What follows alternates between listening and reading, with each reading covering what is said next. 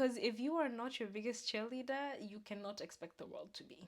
One of the things that I found works for me is reminding myself that comparison is always going to be the thief of my joy. So that means when I go and I'm scrolling and I find someone's content that I admire, I'm not going to bring my content into it and start comparing. I'm just going to admire it, compliment it, and move on. Finding someone whose content I like does not mean that that's the opportunity for me to drag myself, because it doesn't look like that. I want to be confident in myself and the things that I do. So that means also doing things that you enjoy. That's the easiest way to build confidence in what you do. The more you try to do things that are outside of who you are, the more you will even feel the need to compare, because those people that you're trying to compare to are doing things that come naturally to them. So you see how you're the one who's just constantly struggling. Yeah, don't do that to yourself. Don't do that.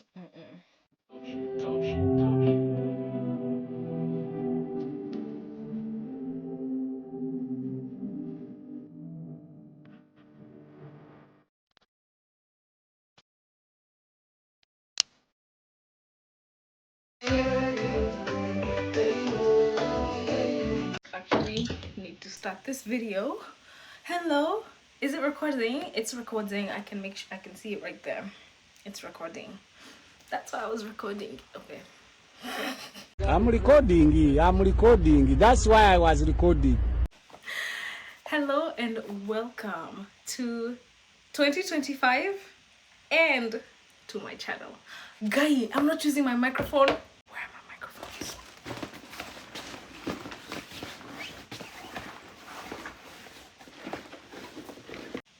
Oh, I know where they are. Okay, we are back. I feel like I have to start over again with the music and everything, but I'm not gonna do all that. We don't have the time. Why am I looking up there? Because I can see myself. I need to.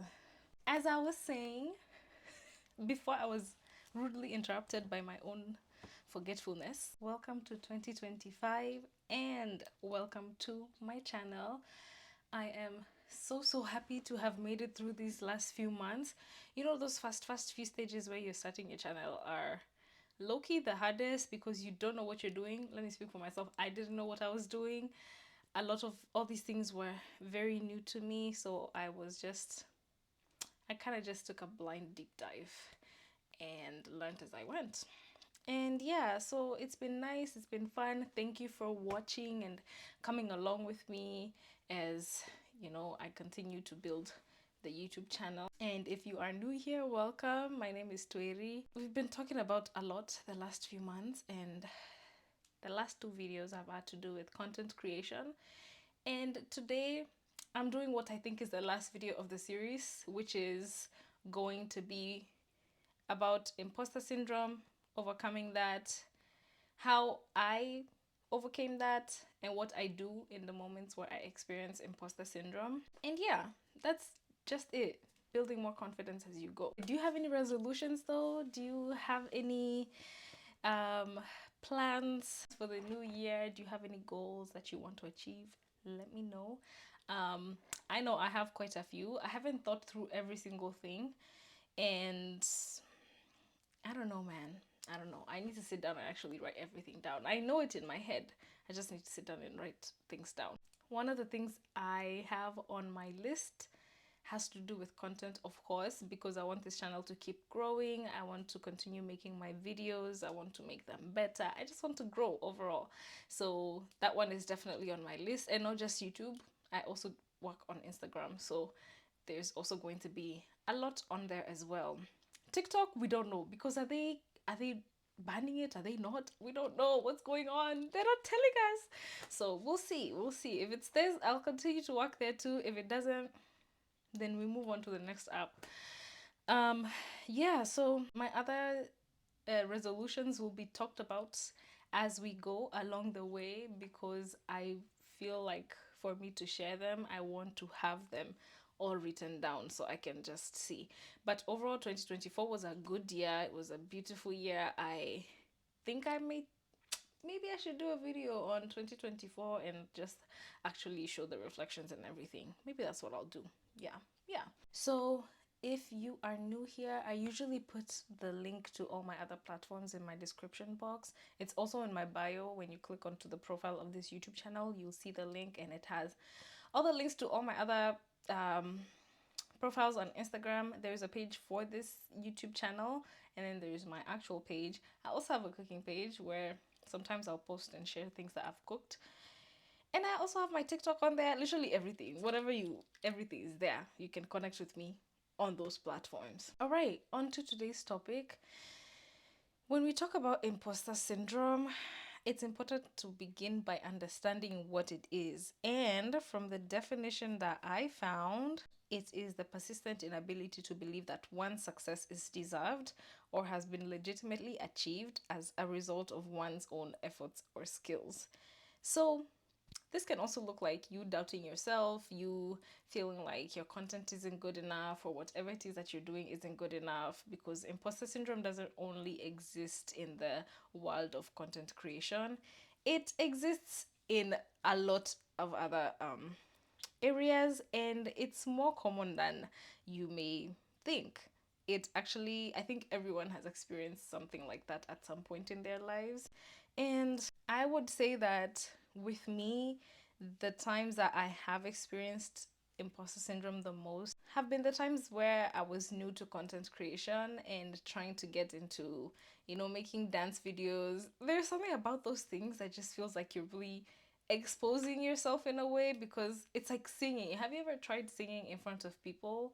Oh my goodness. I don't even before you get over the fear of singing in front of people, it literally just feels like you're standing in front of them, showing them things that you're not supposed to be showing them. It's scary.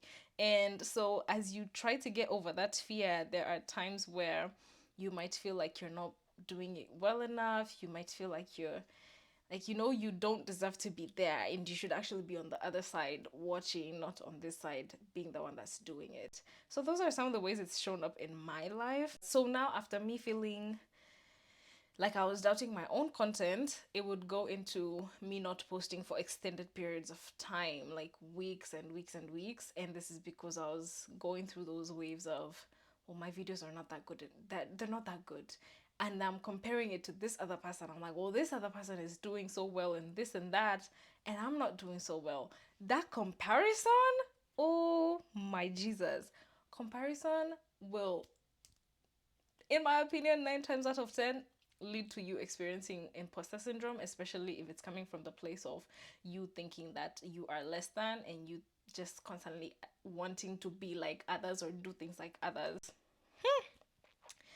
I also experienced imposter syndrome when I was trying to venture into other types of content, wondering if it's going to be good. That is it going to be good enough? That phrase, is it going to be good enough?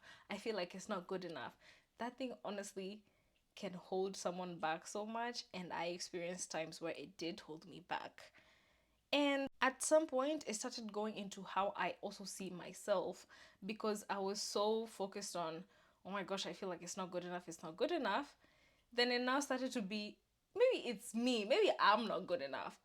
When it starts getting there, you know you need to make it stop, because at no point should I have ever been in a position where I was doubting myself as a person. Like I was looking down on myself.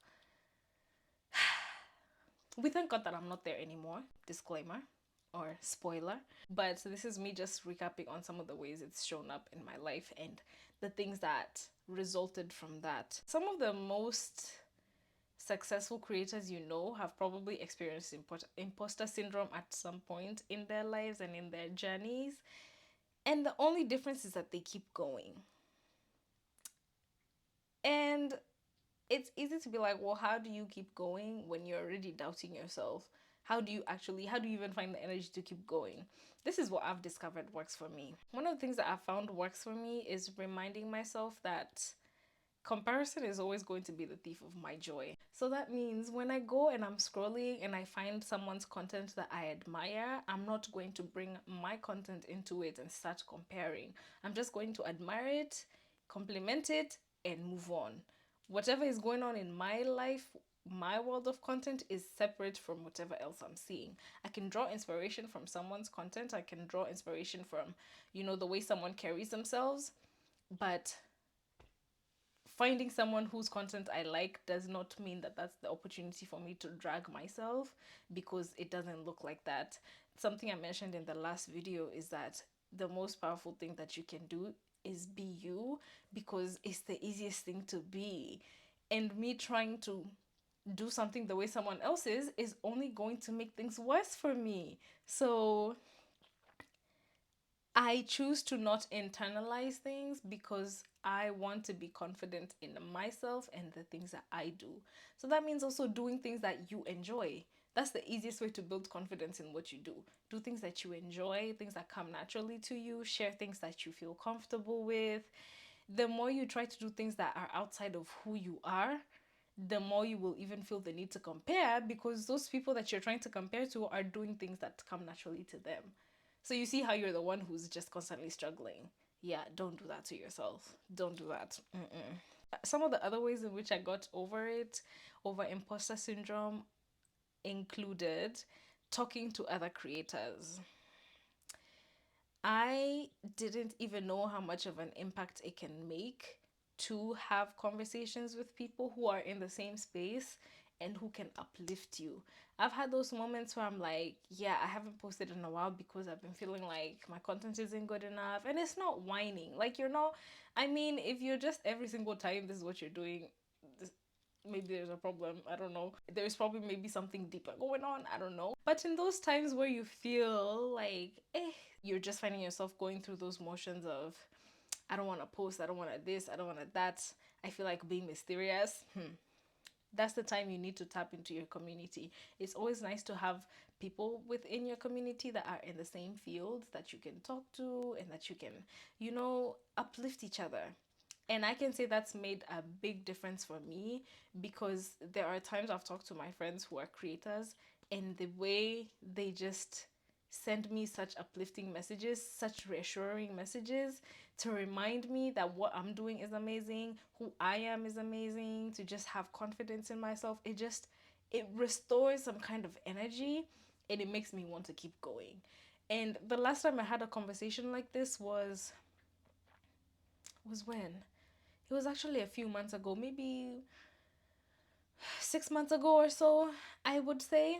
Maybe even over, maybe 6, 7-ish months ago. And that conversation that we had literally boosted me so much, to the point where I haven't experienced a wave of imposter syndrome since then. And I love that for me so much, because if I hadn't had someone to talk to about what I was experiencing, because sometimes you don't even know that you're experiencing imposter syndrome. You just like, I don't know what's going on. I just haven't been feeling like posting. I just haven't been, you never really know what's happening. And then you talk to someone, and either they will relate with you and tell you this is what I did, or they'll just uplift you. The community makes such a huge difference. So if you are able to find people in the same niche or the same field that you can talk to, please do. I also found that releasing perfectionism did wonders for me. And that's from just the reels I make, whatever, anything. Reels, posts, videos, whatever it is. The moment I released perfectionism, it was almost as if I could finally breathe again, because there's this pressure that comes with being a perfectionist. And as someone who has always been a perfectionist, I know. I still kind of am, but I've released most of it, especially the bits that would cause me a lot of pressure and stress. And it's so easy to want things to be perfect, but I try to just focus on getting it done. Has a video been done? Is this something that I like? Is it ready to be posted? Has it been posted? Good. That's all that matters. The part that is just not healthy is just constantly what's the word I'm looking for? Scrutinizing. Yes. If you are just a perfectionist from the sense of scrutinizing yourself, it's not always going to end in the right feelings. You're just always going to feel like, oh, I could have done this better, I could have done this differently, I should have done this differently, I can't post this because I'm standing like this instead of like this, or I did this like this. But relax, relax, let yourself breathe, let yourself even live. Life is not perfect. Nothing is literally perfect. Nothing is perfect. So why are you subjecting yourself to standards that don't even seem real? Like, I don't know, man. There's a difference between wanting something to be good and wanting it to, be what you want it to be, as in presentable wise. But then when the scrutinization comes in, I feel like that's where it starts to go downhill, and it should never really get to that point. You shouldn't be scrutinizing yourself. You should just be uplifting and encouraging and cheerleading yourself. Because if you are not your biggest cheerleader, you cannot expect the world to be. Because again, I've made this point time and again, people will carry you the way you carry yourself. People will see you the way you see yourself. So if you're just constantly looking down on yourself, it's gonna show. It's going to show. So you need to just make yourself get used to uplifting yourself to the point where it becomes second nature to you. And it's important for you to get things done in a way that feels like you. I find that another reason why perfectionism really comes in is because people are trying to, back to the point of doing things that don't really align with things that come naturally to them. You're trying to do what you saw somewhere else. You're trying to live a life that you saw somewhere else. You're trying to create content that you saw somewhere else, and none of it is really you. So then you're overworking because it has to look perfect so it can look real and look authentic, even though it really isn't. Being authentic releases all these other things that come along with the opposite of being authentic. Because then all you need to do is just worry about being you. The rest of it takes care of itself. One of the things that can really come up, or things that can trigger imposter syndrome, is when you start creating and you notice that your content isn't picking up immediately. And it can make you wonder, is it because my content isn't good enough? Is there something I'm doing wrong? I've talked about this before, and I'm always going to talk about it and refer to this point because I think it's a really good one. Your journey is unique. Your own is not going to look like the other person's. And it's always more beneficial for you to stay focused on your own as opposed to looking at theirs. You don't know what they're dealing with. You don't know what they had to go through. You don't know what they're having to go through right now. And it's probably even, it could be more or less than what you have on your own plate. Focusing on what you're doing. Maybe they have access to social media strategists that you don't. Like, your content not picking up immediately, not going viral immediately, doesn't mean that you are any less. It doesn't mean that you don't deserve good things, you don't deserve an audience, you don't deserve high engagement. Your audience will find you. Sometimes it takes time, and that's okay. And I've also talked about that. And it's okay for you to embrace that journey. That is, maybe you need to be on that journey a little longer so that you can learn how to be more confident in yourself, so that you can learn how to manage your content better, so that you can learn how to plan yourself better. And then your people will find you naturally along the way as you go. Another thing that can help manage imposter syndrome is posting for you and not for validation. I think that when you post because you are wanting people to react or respond or whatever a certain kind of way, it might work, but you're going to find yourself frustrated, and it needs to be you posting because you want to. I'm posting because I like this, because I want to post this, because I feel like I look good in this. Just post for you because you want to. Don't post because, oh, this person is going to see it or that person is going to see it, and just post for you. The minute you decenter other people and focus on your own journey, it makes a whole difference. And that's it. That's really it. I think this video is quite short. There's not much that I can say aside from what I've already said, because my journey with imposter syndrome has just always kind of revolved around the same things.